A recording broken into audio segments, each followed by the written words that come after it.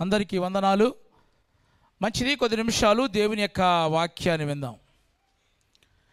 Bible గ్రంథంలో నుంచి మత్తయి సువార్త 15వ అధ్యాయము 32వ వాక్య భాగాన్ని చదువుకుందాం. అంతటా యేసు తన శిష్యులను పిలిచి ఈ జనులు నేటికి 3 దినముల నుండి నా యొద్దనున్నారు. వారికి తిననేమియూ లేదు గనుక వారి మీద కనికరపడుచున్నాను. వారు మార్గములో చాలు. ప్రేమ కలిగిన తండ్రి, పరిశుద్ధుడైన దేవా, నీ ఘనమైన శ్రేష్టమైన నామానికి వందనాలు చెల్లిస్తూ ఈ ఉదయకాలపు ఆరాధనలో మమ్మల్ని అందరినీ కూడా నడిపించిన విధానం బట్టి నీకు వందనాలు చెల్లిస్తున్నాం. కూడి వచ్చిన ప్రతి ఒక్కరిని కూడా మీరు దీవించండి, ఆశీర్వదించండి, ప్రత్యేకంగా నీ స్వాధీనంలో ఉంచుకోమని ప్రార్థిస్తున్నాం. రాలేకపోయిన వారిని కూడా నిశ్చితమైతే 2వ ఆరాధనకు నడిపించమని నీ పాదస్థానికి తీసుకొని వస్తున్నాం. కూడి వచ్చిన ప్రతి ఒక్కరిని కూడా ప్రభువా, చిన్న బిడ్డలను కూడా నీ ఆత్మస్వాధీనంలో ఉంచుకోమని ప్రార్థిస్తున్నాం. ఈ సమయంలో చదవబడిన వాక్య భాగమును ధ్యానిస్తూ ఉండగా నన్ను కూడా ఆత్మీయత మీరు అభిషేకించి మా అందరితో ప్రభువా మీరు మాట్లాడమని యేసుక్రీస్తు నామమున ప్రార్థించి అడిగి వేడుకొనుచున్నాము తండ్రి, ఆమెన్. ప్రియమైన దేవుని బిడ్డలారా, ఈ చదవబడిన వాక్య భాగాన్ని మనం గమనించినట్లయితే కనుక యేసు ప్రభువారు అంటేనే కనికరము కలిగిన దేవుడు. హల్లెలూయా. ఆయన జాలి కలిగిన దేవుడు. అందుకని మన ఆటలో సాగిపోతున్నాయి. స్తోత్రం. ఆయన ప్రేమ కలిగిన వాడు, కృప కలిగిన వాడని మనకు తెలుసు. అయితే ఈ వాక్య భాగంలో మనం గమనిస్తే కనుక ఆయన వారి మీద కనికరపడ్డాడు అనే మాట మనకు కనబడుతుంది. ఎవరి మీద కనికరపడ్డాడు, ఎందుకు కనికరపడ్డాడు అని గమనిస్తే గనక వారు నేటికి 3 దినములుగా నా యొద్దనే ఉన్నారు గనుక, నేటికి 3 దినములుగా నా యొద్దనే ఉన్నారు. మీరేం టెన్షన్ పడడం అవసరంలా. వచ్చే వారం 3 రోజులు నన్ను చూడలేదు మీరు కొంతమందిగా. 3 రోజులు కూడా ఆయన యొద్దే ఉంటే స్తోత్రం, దేవుని కనికరాన్ని పొందుకుంటారంట. ఆమేన్, హల్లెలూయా. దేవుని యొక్క స్వభావమును గురించి వ్రాస్తూ నిర్గమకాండం 34వ అధ్యాయం 5వ వాక్యంలో చూస్తే కనుక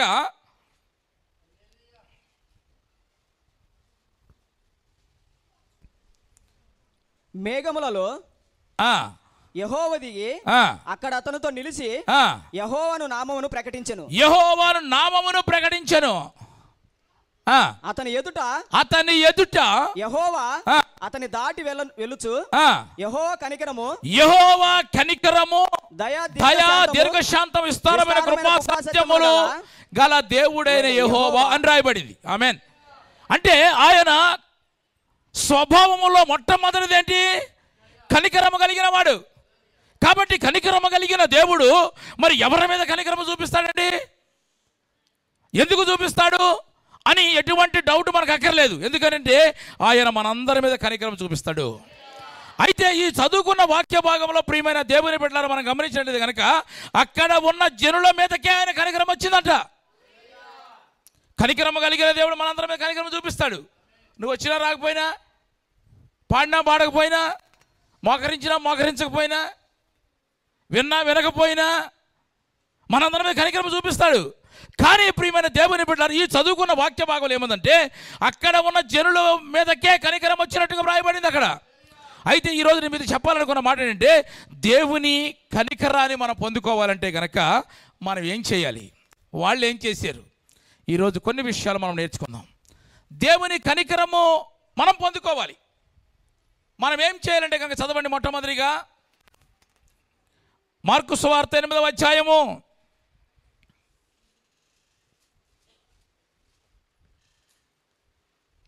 2వ వాక్య భాగం చదువుకుందాం.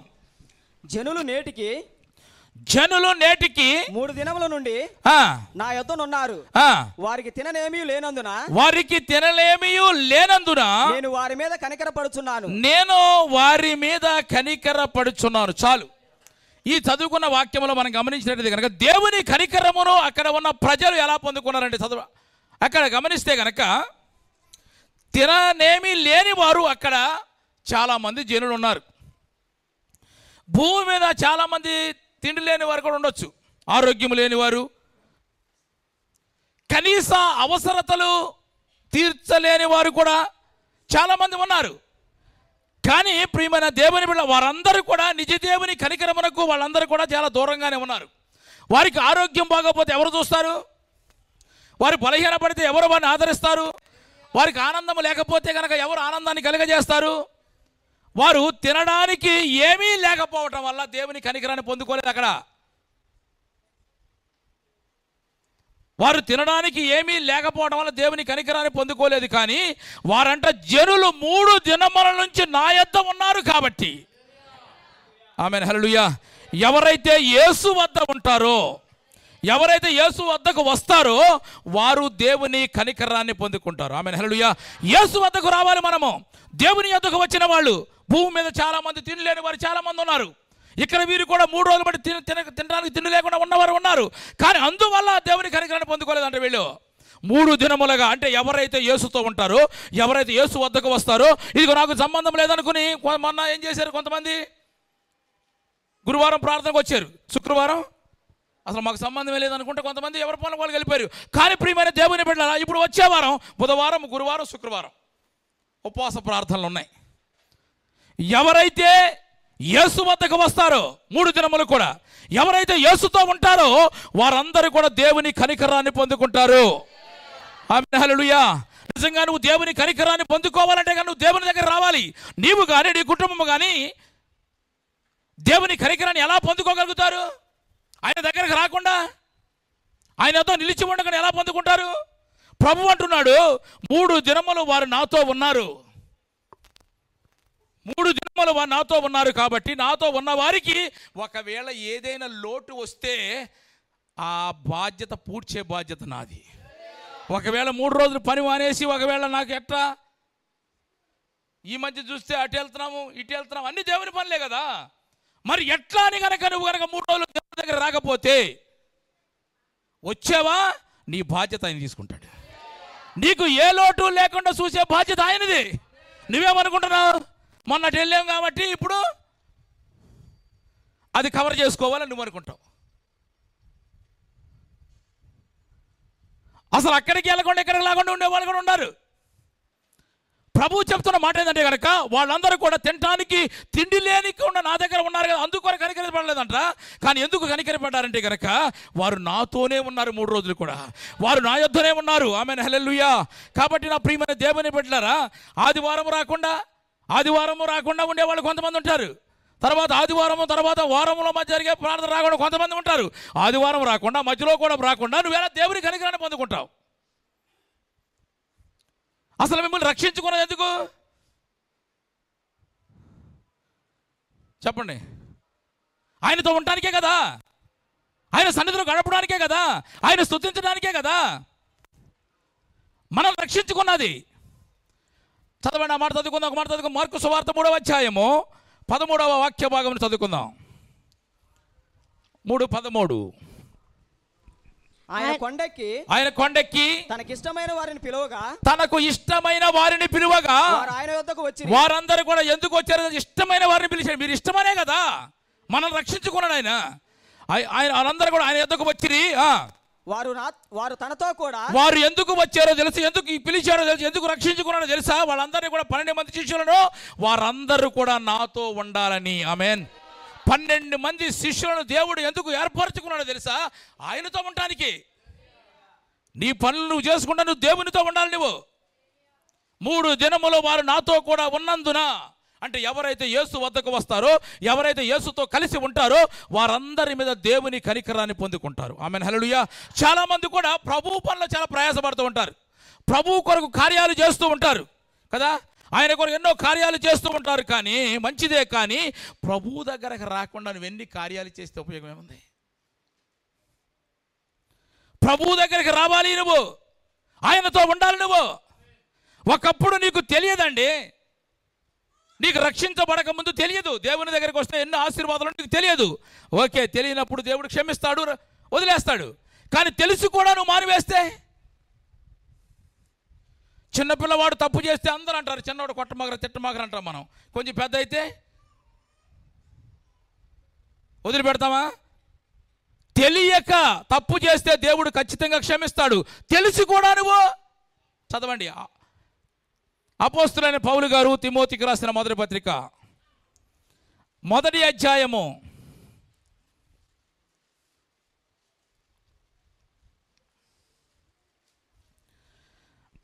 12వ వాక్య భాగాన్ని చదువుకుందాం. పూర్వము దూషకుడును, నేను పూర్వము దూషకుడను, హింసకుడను, హానికరుడనైన నన్ను తన పరిచర్యకు నియమించి నమ్మకమైన వానిగా ఎంచినందుకు నన్ను బలపరిచిన మన ప్రభువైన యేసు క్రీస్తునకు కృతజ్ఞుడై ఉన్నాను. తెలియక అవిశ్వాసము వలన చేశాను. తెలియక చేశానండి ఒకప్పుడు, కాబట్టి నేను కనికరించబడితే అంటున్నాడు. ఆమెన్, హల్లెలూయా. తెలియక అవిశ్వాసం వలన చేశాను కాబట్టి కనికరించబడితే అంటే అర్థం ఏంటి? తెలిసి కూడా విశ్వాసము ఉండి కూడా కనుక నువ్వు చేస్తే దేవుని కనికరాన్ని పొందుకోలేవు. తెలియక చేసేవా, తెలిసి చేస్తే గనక దేవుని కనికరాన్ని పొందుకోలేము మనము. తెలిసి కూడా నువ్వు చేస్తే, ఒకవేళ తెలియదు, నేను ఒకప్పుడు హింసకుడిని, ఒకప్పుడు దోషకుడిని, నన్ను పరిచర్యకు పిలిచావు ప్రభు, నమ్మకమైన వారికి ఎంచావు ప్రభు, అందుకు నీ కృతజ్ఞతను. కానీ నేను అంతకుముందు ఎందుకు ఉన్నానంటే నాకు తెలియక నేను అలా చేశాను, కాబట్టి నీ చేత నేను కనికరించబడితే అంటున్నాడు. ఆమెన్, హల్లెలూయా. తెలిసి ఎప్పుడు కూడా మనం చేయకూడదు. తెలిసి చేస్తే కనుక దేవుని కనికరాన్ని పొందుకోలేము. తెలియకుండా చేసావా, నన్ను క్షమించంటే ఖచ్చితంగా దేవుడు క్షమిస్తాడు. ఆమెన్, హల్లెలూయా. ఈ 3 దినములు కూడా నువ్వు దేవునితో ఉంటే, దేవుని యొద్దకు వస్తే కనుక అక్కడ ఉన్న జనులందరూ కూడా యేసు ప్రభు దగ్గరకు వచ్చారు. 3 దినములు అక్కడే ఉన్నారు. వారు తినలేకపోవటం వల్ల, తిండి లేకపోవడం వల్ల కనికరాన్ని పొందుకోలేదు. కానీ 3 దినములు నా దగ్గరకు వచ్చారు కదా వాళ్ళు. అంటే నీకు అర్థమేంటి? ఇప్పుడు 3 దినములు ఆయన దగ్గరకు వస్తే కనుక ఆయన దగ్గరకు వచ్చిన వారికి ఏమి కావాలో ఏ లోటు లేకుండా చూసుకునే బాధ్యత ఆయన చూసుకుంటాడు. నువ్వేం టెన్షన్ పడవలసిన ఈ 3 రోజులు నాకు అంత నష్టపోతాం. అందుకని ఎబ్రిల్ రాసిన పత్రిక 10వ అధ్యాయం 26వ వాక్యంలో చూస్తే గనక,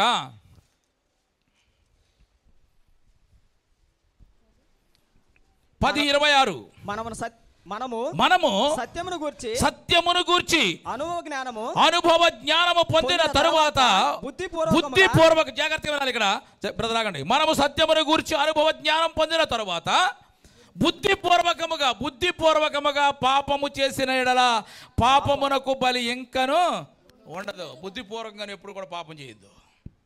తెలిసి నువ్వు చేయకూడదు. చేసేవా నీకు కనికరాన్ని పొందుకోలే నువ్వు. కాబట్టి దినదినము నీ భక్తి జీవితం ఎలా ఉండాలి? ప్రభువుతో సహవాసము చేయటం. మనము ప్రతి దినదినము పెరగాలి మన జీవితంలో. ఎందుకంటే ఆయన కృప లేకపోతే మనం బ్రతకలేం కదా. ఆయన కృపను బట్టే మాత్రం రక్షించుకున్నాడు కదా. కాబట్టి ఆయన ఇచ్చే రక్షణను, సొంత రక్షణ మనం భయముతో వణుకుతో మనం కాపాడుకోవాలి కదా. అంటే దేవునితో ఎక్కువగా సహవాసము చేయటం వల్ల మన భక్తి జీవితం ఏంటో మనకు తెలుస్తుంది.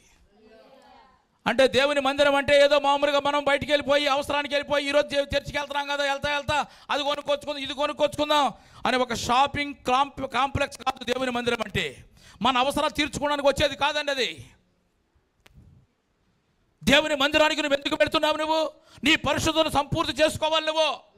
నువ్వు దేవుని మందిరానికి వస్తున్నావంటే కనుక ప్రతిరోజు కూడా నీ పరిశుద్ధతను సంపూర్తి చేసుకోవాలి. నువ్వు రాకడకు నువ్వు సిద్ధపడాలి ప్రతినిత్యము కూడా. అందుకని పౌలు గారు అంటున్నాడు, తెలియక చేశానండి, అందుకని నేను కనికరించబడ్డా. తెలిసి చేసావా, కనికరాన్ని పొందుకోలేవు. కాబట్టి నా ప్రియమైన దేవుని బిడ్డ, తెలియక అవిశ్వాసముతో చేస్తే కనికరాన్ని పొందుకుంటాం మనము. తెలిసి చేస్తే లోకాసు వార్త 12వ అధ్యాయం 47వ వాక్య భాగం మనం చదువుకుందాం.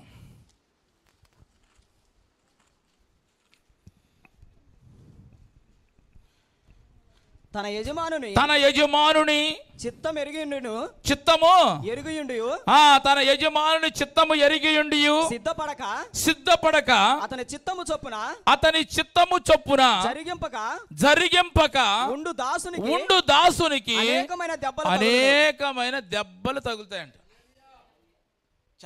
చెత్తవా అంటాం కదా కొట్టు పిల్లల్ని. తెలిసి చేస్తేనంట దెబ్బలు తగులుతాయి, తెలియకుండా చేస్తే దేవుని కనికరాన్ని పొందుకుంటాం. ఆమెను జనులు 3 దినములుగా నా యొద్ద ఉన్నారు గనక వారు తినడాక ఏమీ లేకపోవటం వల్ల కనికరాన్ని పొందుకోలేదు వాళ్ళు. ఎందుకంటే ఈ భూమి మీద తినలేని వారు, తిండి లేని వారు చాలా మంది ఉన్నారు. కానీ వీళ్ళు కనికరాన్ని, ఇక్కడ ఉన్న జనులు కనికరాన్ని పొందుకోవడానికి గల కారణం ఏంటంటే దేవుని సన్నిధిలో కూర్చొని మనమందరం కూడా ఆయన కనికరాన్ని పొందుకోవాలంటే కనుక మనము ఎక్కువగా యేసుతోనే ఉండాలి. యేసుతో ఉన్నవారు, యేసు వద్దకు వచ్చిన వారు కాబట్టి వాళ్ళందరికీ కూడా యేసు ప్రభు అనే మార్గం వెళ్ళిపోతుంటే వాళ్ళందరూ కూడా ఏం చేశారు, ముందుగానే వాళ్ళు కూడా ఆయన కంటే ముందుగా వెళ్ళిపోయారండి. అక్కడికి వెళ్ళి యేసు ప్రభు ముందుకు వెళ్ళిపోయారు, అక్కడికి వెళ్ళారు. కాబట్టి ఆయన కనికరాన్ని పొందుకున్నారు. 5 రొట్టెలు 2 చేపలు సమృద్ధిగా తిన్నారు, 12 గంపలు మిగిలి. ఆమేన్, హల్లెలూయా. అంటే దేవుని కనికరాన్ని పొందుకుంటే ఏం జరుగుతుంది? ఇప్పుడు ఉండవలసిన సమయంలో నువ్వు దేవుని దగ్గర ఉండకుండా నీకు తెలిసినప్పుడు కూడా నిర్లక్ష్యంగా ఉంటే గనక దేవుని కనికరాన్ని మనం పొందుకోలేము, దేవుని ఆశీర్వాదాలకు దూరం అయిపోతాం మనము. కాబట్టి నా ప్రియమైన దేవుని తెలియక ముందు ఒకవేళ నువ్వు చర్చికే రావండి, నీకు ఆదివారం కూడా తెలియదు, ఆదివారం పనికి వెళ్ళిపో, ఆదివారం కూడా పెళ్ళిళ్ళే, ఆదివారం కూడా ఊర్లే, ఆదివారం కూడా అదే అంటే తెలిసి కూడా వెళ్తే,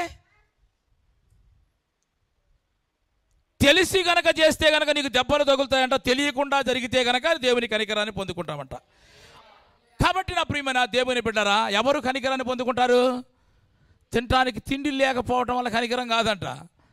ఎవరైతే యేసు వద్దకు వస్తారో, ఎవరైతే యేసుతో కలిసి ఉంటారో ఆ 12 మంది శిష్యులు కూడా యేసు ఎందుకు సెలెక్ట్ చేసుకున్నాడు? ఝాన్సీ సిస్టర్ ఎందుకు చెప్పు? ఆయనతో ఉండటానికి, మనందరినీ కూడా ఆయనతో ఉండటానికి కదా. మనకు తెలిసినప్పుడు ఆదివారం ఉంది ప్రత్యేకమైన దినమని, మిగతా ప్రార్థనలు కొన్ని ఉంటాయని, మధ్యలో కొన్నిటికి రాలేకపోవచ్చు. దానికి ప్రభువు తెలుసు, నీ పరిస్థితి కూడా తెలుసు, ఖచ్చితంగా క్షమిస్తాడు. అయినప్పటికీ కూడా అసలు కొన్ని పట్టించుకోకపోతే కనుక ఖచ్చితంగా నీకు దెబ్బలు తగులుతాయి.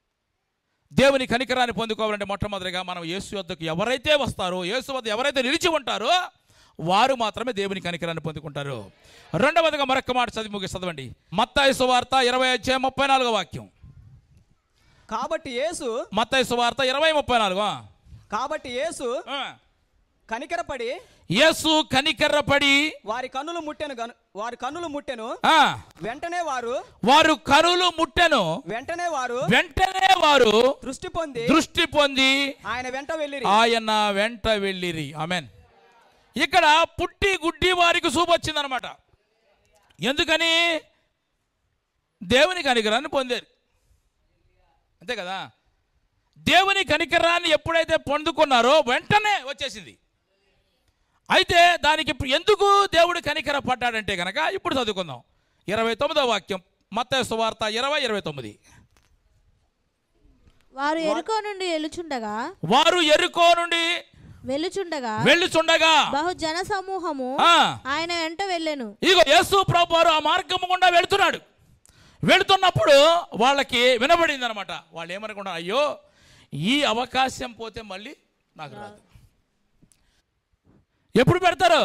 ఈ అవకాశం పోతే రాదు. ఈగో ఈ ఆదివారం పోతే మరి ఎప్పుడు ఆదివారం దాకా ఎట్లా పొందుకోవాలి, ఎట్లా ఉండాలో మరి దేవుడు లేకుండా దేవుని కనికరాన్ని ఎలా పొందుకోవాలి నేను అనుకుని ఈ అవకాశము మరలా మా గ్రామానికి వచ్చాడు, మా పట్టణానికి వచ్చాడు, ఈ ప్రాంతంలో వెళుతున్నాడు, ఈ మార్గంలోనే వెళుతున్నాడు, ఈ అవకాశం పోతే కనుక మరలా రాదు అని వాళ్ళు ఏం చేశారంటే, ప్రియమైన దేవుని పిల్లరా, గుడ్డివారిగానే ఒకవేళ ఈ అవకాశాన్ని పోగొట్టుకుంటే కనుక మేము గుడ్డివారిగానే బతకాలిక, అంతే కదా.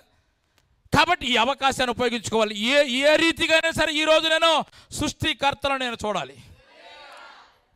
ఒక ఆశ వచ్చిందనమాట, సృష్టికర్తను నేను చూడాలి.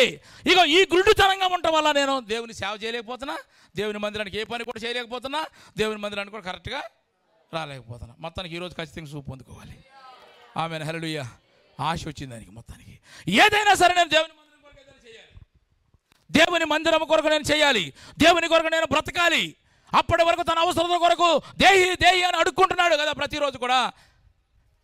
కానీ ఇప్పుడు ఏం చేశాడంటే దాంట్లో మార్పు వచ్చేసింది అనమాట. ఇప్పుడు అడుక్కుంటూ మానివేసి ఇప్పుడు ఏం చేస్తున్నాడు, దావీదు కుమారుడా నన్ను కరుణించమని కేకలు వేయటం, ప్రార్థన చేయటం ప్రారంభించాడు. ఆమెను హల్లెలూయా, హల్లెలూయా.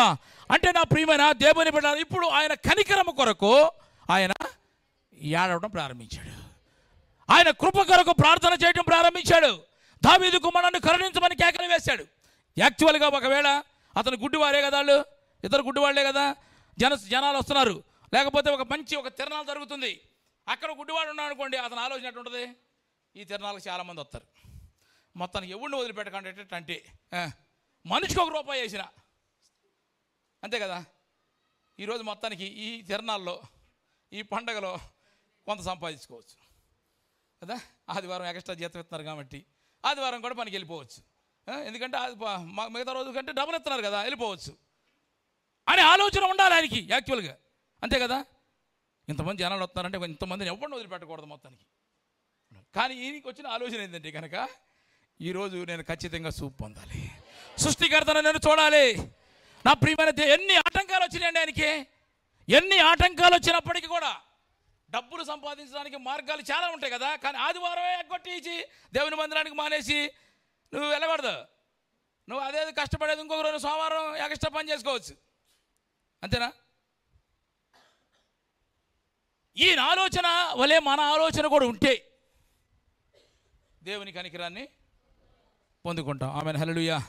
అమ్మో, ఈయన దాటిపోతే, ఈరోజు ఈ అవకాశం పోతే గనక మళ్ళీ రాదు అనుకున్నాడు. మొత్తానికి దావీదు కుమారుడు కేకలు వేస్తున్నారు. అక్కడ కొంతమంది పెద్ద మనుషులు ఆటంకపరుస్తున్నారు కదా.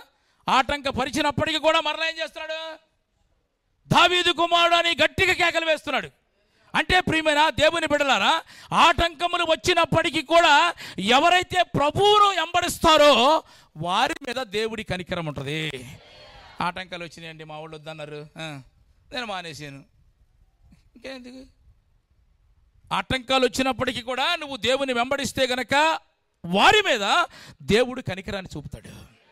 ఇప్పుడు ఆటంకపరుస్తున్నారు, ఆడేమన్నా ఒక ఆటంకపరిచే వాళ్ళు ఏమైనా ఎరుకో పట్టణానికి ఇన్ఛార్జా, నేను వెళ్ళమాకరా తిరగమాకరా, నువ్వు మా పట్టణం నువ్వు ఉండకూడదంటకి, అది ఎవడో దారే పోయాడు, ఎవడో ఏదో చెప్తే నువ్వు మానేస్తావా? దేవుని కనికరాన్ని పొందుకుంటాను కదా మనము రావాల్సింది. దేవుని కనికరాన్ని పొందుకోవాలంటే గనక ప్రియమైన దేవుని బిడ్డలారా, మన జీవితం, మన ఆత్మీయమైన జీవితంలో ఆటంకాలు వచ్చినప్పటికీ కూడా మనం ఏం చేయాలి, ఆయన ఏం చేశాడు, పట్టుదల పెరిగిందనమాట. నేను ఖచ్చితంగా చర్చికి వెళ్తా, ఖచ్చితంగా నేను ప్రార్థన చేస్తా, ఎందుకని తరతరములకు మనకంట యుద్ధమే జరుగుతుందంట, పోరాటం ఉంటుందంట, ఇది పోతే ఇంకొకటి, ఇది పోతే ఇంకొకటి. కాబట్టి ఇవన్నీ ఉంటాయి. కానీ దేవుని కనికరం పొందుకుంటే ఎలా ఉంటుంది? అంతకుముందు కళ్ళు లేని వాడి కళ్ళు వచ్చినాయి, ఇప్పుడు ఏదైనా దేవుని కొరకు చేయగలుగుతాడు. మనం ఏదైనా దేవుని కొరకు చేయాలంటే కనుక ముందు అది మన ఆత్మ నేత్రములు తెరవబడాలి కదా, మనకి కళ్ళు ఉండోళ్ళకి, లేకపోతే మనం చేయలేము. మనము వాళ్ళకు ఒక ఆశ వచ్చిందనమాట, ఈ సమయం పోతే, ఈ దారి గుండా ఇప్పుడు వెళ్తున్నాడు, నా పట్టణం గుండా, ఈ పట్టణం గుండా వెళ్తున్నాడు, ఈ ప్రాంతం గుండా వెళ్తున్నాడు, ఈ గ్రామంలోనికి వచ్చాడు కాబట్టి ఒకవేళ దాటి వెళ్ళిపోతే మరలా నాకు ఈ అవకాశం దొరకదు, ఈ అవకాశాన్ని నేను పోగొట్టుకోకూడదు. ఈ 3 రోజులు ఖచ్చితంగా నేను ఆయనతోనే ఉండాలి. స్తోత్రం చెప్పు. ఆయనతోనే నేను ఉంటా, ఆయన కనికరాన్ని పొందుకుంటా కదా. మత్తయి సువార్త చివరి మాట చదవండి, 14వ అధ్యాయం 13వ వాక్యంలో చూస్తే కనుక 14:13. యేసు ఆ సంగతి విని ధోని ఎక్కి అక్కడ నుండి అరణ్య ప్రదేశంలోకి ఏకాంతముగా వెళ్ళెను. జనసమూహములు ఆ సంగతి విని పట్టణముల నుండి కాలినడకన వీళ్ళందరూ అట్టేలారంట, కాలినడకన. యేసు ఈ సంగతి విని అక్కడి నుంచి అరణ్య ప్రదేశమునకు ఏకాంతముగా వెళ్ళాను. జనసమూహ సంగతి విని పట్టణం నుండి కాలినడకన ఆయన వెంట వెళ్ళిరి. ఆయన వచ్చి గొప్ప జనసమూహమును చూసి వారి మీద కనికరపడి కదా. ఎందుకు కనికరపడ్డాడు? అందరికంటే ముందు వచ్చారనమాట వాళ్ళు, కాలినడకన వచ్చారు, కష్టమైన వచ్చారు. నువ్వు అలా రాగలిగితే గనక, ఆయన వెంబడించగలిగితే, కష్టం వచ్చినప్పటికీ, బాధ వచ్చిన, ఆటంకాలు వచ్చినప్పటికీ కూడా నువ్వు ఎవరైతే ఆయన్ను వెంబడిస్తారో వారు దేవుని కనికరాన్ని పొందుకుంటారు. అందుకని 5 రొట్టెలు 2 చేపలు ఆశీర్వదించేసాడు, పెట్టేసాడు. హల్లెలూయా. ఇక 12 గంపలు మిగిలినాయి. ఇక ఎక్స్ట్రా కావాలి, మీకు ఎక్స్ట్రా కావాలంటే మీరు తినండి. ఎందుకని? మీరు నా దగ్గరకు వచ్చారు కాబట్టి మీకు ఏ లోటు లేకుండా చూసుకునే బాధ్యత నాది. అప్పుడు మీరేమంటారు? మాకు సరిపోయినాయి అంటారు మీరు. ఆమేన్, హల్లెలూయా. కాబట్టి నా ప్రియమైన దేవుని బిడ్డలారా, దేవుని కనికరాన్ని పొందుకోవాలి. ఎందుకంటే ఆయన స్వభావములో మొట్టమొదటి గుణమే కనికరం కలిగిన వాడు. ఆయన ఎవరి మీద కనికరం చూపుతాడు అనేది మనకు అవసరం అని డౌట్ అక్కర్లా, అందరి మీద కనికరాన్ని చూపుతాడు. కానీ ఇక్కడ మాత్రం ఆయన దగ్గరికి వచ్చిన వారి మీద కనికరాన్ని చూపించాడు. ఎందుకని కనికరం చూపించాడంటే వాళ్ళందరూ కూడా 3 రోజులుగా ఆయనతోనే ఉన్నారు. 3 రోజులుగా ఆయనతోనే ఉన్నారు. ఈ అవకాశం మళ్ళా రాదనుకున్నారేమో. ఆ మాటలు విన్నారు. రెండవదిగా ఆటంకాలు వచ్చినాయి వాళ్ళకి. ఇక్కడ గుడ్డివారికి ఆటంకాలు వచ్చినప్పటికీ కూడా ఆటంకాలు వచ్చినప్పటికీ కూడా వాళ్ళకి పట్టుదల పెరిగిందనమాట.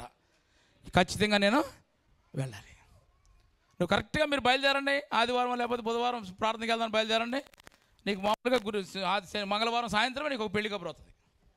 అరే మర్చిపోయాను నీకు అని. నువ్వేం చేస్తావు? లాస్ట్లో చెప్పినప్పుడే నేను ఫస్టే వెళ్ళాలి. నేను అసలు లాస్ట్లో చెప్పిన అర్థం ఏంటి? అది నేను వద్దనుకున్న వాళ్ళు. నువ్వేమనుకుంటావంటే అది ఏముండదు ఇక మొత్తానికి. సారీ సిస్టర్ మర్చిపోయాను కానీ ఇక మనం ఐస్. అసలు లాస్ట్లో చెప్పిందే అందుకు నువ్వు వద్దని. కానీ అది కూడా గమనించకుండా మనం ముందే దేవుని దగ్గరికి వస్తాకి. కాబట్టి ఎన్ని ఆటంకాలు వచ్చినా, ఒకవేళ అక్కడ ఆటంకపరిచారు కదా, వాడి వల్ల ఒక కృప వేస్తుందా? గుడ్డోళ్ళకి ఏం రాదు కదా. అందుకని వాళ్ళు ఈ పట్టుదలతో వాళ్ళు దావీదు కుమారుడా అని అడుక్కునేవాడు ఇప్పుడు ప్రార్థన చేయడం ప్రారంభించాడు. ఆమేన్, హల్లెలూయా. పట్టుదల ఉంటే కనుక ఖచ్చితంగా ఈరోజు నేను వెళ్ళి ప్రార్థన చేయాలి. నాకు ఎన్నో సమస్యలు ఉన్నాయి. అసలు లేని వాళ్ళు ఎవరు ఉన్నారు? చెప్పుకొని ఎన్నో ఉన్నాయి. కనీసం దేవుని కానీ చెప్తాం వచ్చి. ఇంట్లో చెప్తారనుకో, ఇక్కడ కూడా కొంచెం చెప్పొచ్చు మీరు. కాబట్టి ఆ అవకాశాన్ని మనం ఉపయోగించుకుందాం. 3 రోజులుగా వాళ్ళందరూ కూడా యేసుతోనే ఉన్నారు. వాళ్ళు కనికరపడ్డారు. ఆటంకాలు వస్తాయి దేవుని దగ్గరికి రావడానికి. ఎక్కడికైనా వెళ్ళి నీకు ఆటంకాలు రావు. లాస్ట్లో సీట్ ఏం దొరుకుతుంది? ఎక్కడ దొరుకుతుంది నీకు? చర్చికి కొత్తప్పటికి అన్ని ఆటంకాలు వస్తాయి. ఆటంకాలు వచ్చినప్పటికి కూడా నువ్వు యేసు ప్రభుని వెంబడిస్తే దేవుని కనికరాన్ని పొందుకుంటారు. ప్రార్థన చేసుకుందాం తలలోంచి.